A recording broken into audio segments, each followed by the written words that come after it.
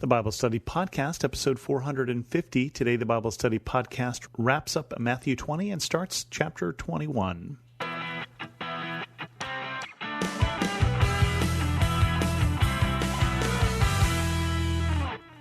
Welcome to the Bible Study Podcast. I'm your host, Chris Christensen. We have one story here in Matthew 20, which is Jesus on the road to Jericho. Now, that's significant here because chapter 21 is going to start with Palm Sunday. So basically here in Matthew 21, which we'll do today, we've reached Holy Week. We've reached that week between Palm Sunday, Good Friday, and Easter. And this story with Jesus here in Matthew 20 that we're about to read is with him in Jericho, which is, as I look at Google Maps, maybe 22 miles from Jerusalem. He's been heading south from the Sea of Galilee, and he is almost in Jerusalem at time for Passover and for what will be a very eventful week. And in the midst of that, this happens. Two blind men receive their sight. As Jesus and his disciples were leaving Jericho, a large crowd followed him. Two blind men were sitting by the roadside, and when they heard that Jesus was going by, they shouted, "Lord, Son of David, have mercy on us." The crowd rebuked them and told them to be quiet, but they shouted all the louder, "Lord, Son of David, have mercy on us." Jesus stopped and called them. "What do you want me to do for you?" he asked. "Lord," they answered, "we want our sight."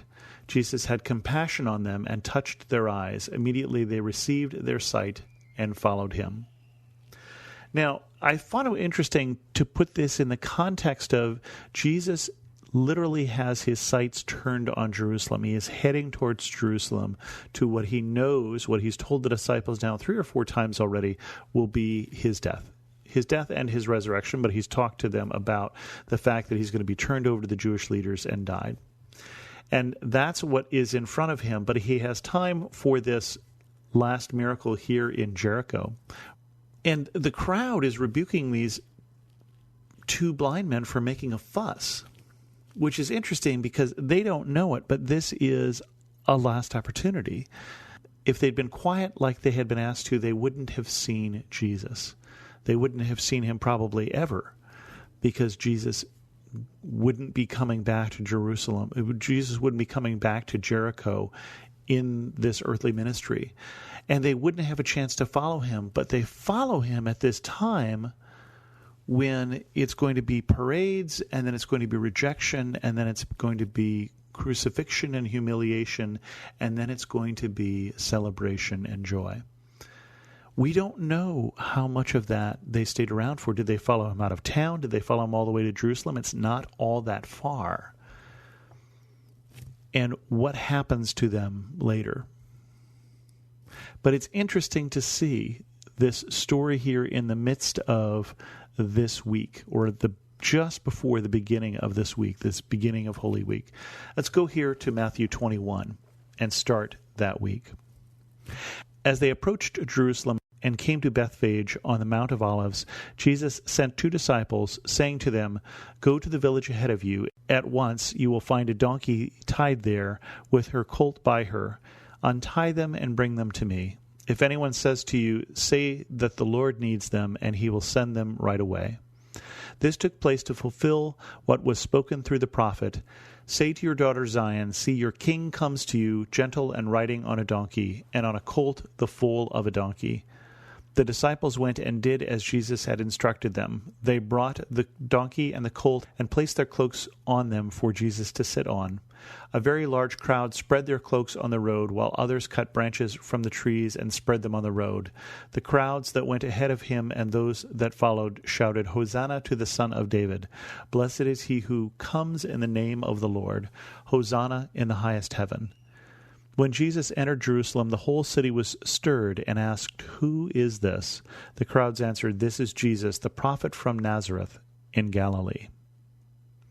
It's interesting that we get 2 new disciples at the end of chapter 20 and 2 unnamed disciples here at the beginning of chapter 21. Probably not the same 2 guys who just started following Jesus 1 chapter ago, but maybe. But Jesus has something planned. he has planned an entrance into Jerusalem. When I say he has it planned, he's planned it ahead of time in the sense that, one, there is a colt where he knows where to find it. But two, when I say ahead of time, I mean really ahead of time, because he's quoting from the prophet Zechariah. And he is basically doing what the prophets had foretold hundreds of years ago, that the king would come into Jerusalem riding on a donkey. And Jesus is very explicitly, very intentionally fulfilling that prophecy.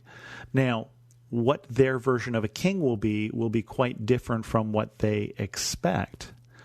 But Jesus is that king who is coming to Jerusalem. He is the anointed one of God. He is the Messiah, the Christ.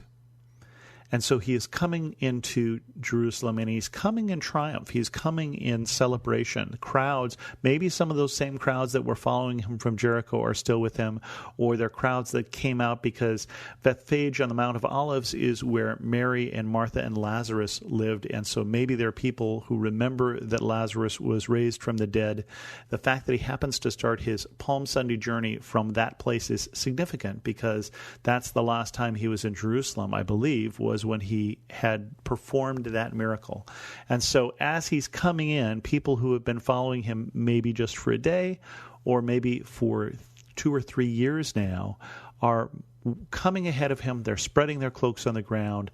They're cutting branches out, and they are worshiping him, and they are celebrating the coming of God's anointed into the city, the one who comes in the name of the Lord. Hosanna. Hosanna in the highest heaven. And literally the Hosanna expression means save. So they're saying, you are the one who is coming in the name of the Lord, save us. Now, when they're saying save us, quite likely they're thinking save us from the Romans. That's certainly what the Pharisees are going to be thinking, is that all of this hubbub, all of this uproar is going to get them in trouble with the Romans, and we'll see that as this story continues. But Jesus has come, in fact, to Jerusalem to save them, and, of course, to save us as well. This is Palm Sunday. This is a celebration, and the whole city is stirred.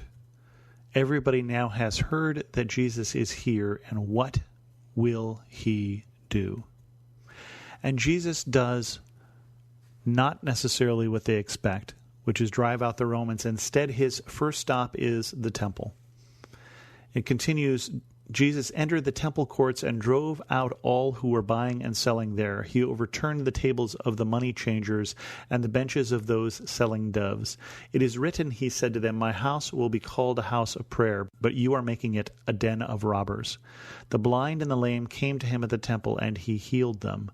But when the chief priests and the teachers of the law saw the wonderful things he did, and the children shouting in the temple courts, Hosanna to the Son of David, they were indignant. Do you hear what these children are saying? They asked him. Yes, Jesus replied. Have you never read, from the lips of children and infants, you, Lord, have called forth your praise? He left them and went out of the city to Bethany, where he spent the night. So Jesus, instead of going right to the Roman barracks and performing some miracle to drive them out, or raising the crowd and raising an army and driving them out, he instead goes to the temple, to his Father's house, and drives out those who have turned it into a place of business. We need to understand that there's a reason why people are in the temple. It isn't just that they're set up a market there for no reason. There are people coming from all over, especially for Passover. Those who could traveled at Passover to Jerusalem. And so there are people coming with different kinds of money, coming from different regions, people who have been Jewish people in other places, returning to Jerusalem. And so the money changers are there, in part so that they can get money into the correct coinage, so they can make a temple donation, or so that they can buy something or whatever.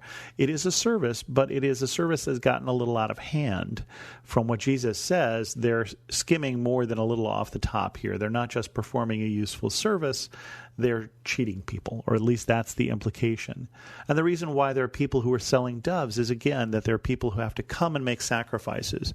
When Jesus is born and he is dedicated in the temple, you may remember that Mary and Joseph bought 2 doves and had them sacrificed as he is dedicated. And so the doves are for the poor people, especially who can't afford a lamb, to make sacrifices of that sort. But again, the indication here is what they're doing is not just a service, it's not just useful, but they're gouging people, or at least that's kind of the idea here of you're making it a den of robbers, is that your motivation is not pure, how you're doing things is not right, and this is inappropriate that this happen here. And that Jesus cares what happens in the temple because he says to them, "My house will be called a house of prayer, it is written." And remember that Jesus and the temple will come up again, and it will come up again during his trial. And this whole kind of my house thing is part of what will convict him. That when Jesus is reading this, he is really literally meaning not just that the prophet said my house, but he is taking authority over what happens in the temple. He is treating it as his house. And in the midst of the temple now, the blind and the lame are coming, and he is healing them. You wonder if those two guys from the last chapter are with Jesus and they're going out and saying, "Hey, we used to be blind just a couple days ago, and now we see," and gathering in some of the blind. You wonder if those he has healed before, who have taken their mats and walked, have now gone out and told people, "He healed us, maybe he can heal you." But somehow the blind and the lame, who would probably feel a little left out in the midst of the temple courts, are coming, and right in the middle of the temple courts, he is healing them. And the children have reverberated this refrain of Hosanna to the Son of David. And the religious leaders say, "Don't you hear what they are saying?" In other words, don't you hear what they're saying, and why don't you stop them? And Jesus says, "From the lips of children and infants, Lord, you have called forth your praise."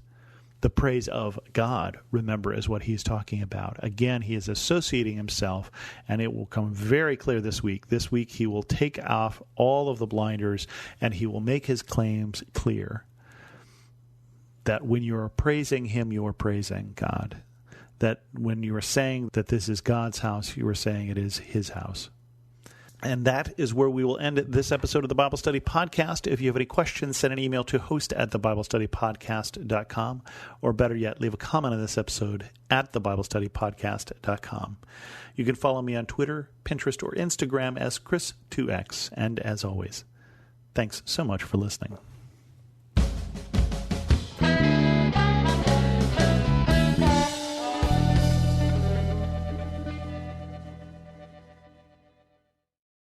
Do you ever hear sayings make their way through the culture and the church that seem nice in theory, but are actually theologically problematic? My name is Shara Donahue, and I'm the host of The Bible Never Said That, a podcast where we examine these popular sayings under the lens of biblical truth. We cover sayings like, "God won't give you more than you can handle," "Time heals all wounds," and "Follow your heart." We also spend time exploring how people use Bible verses out of context. If you want to grow in discernment and truth, join us and subscribe at lifeaudio.com.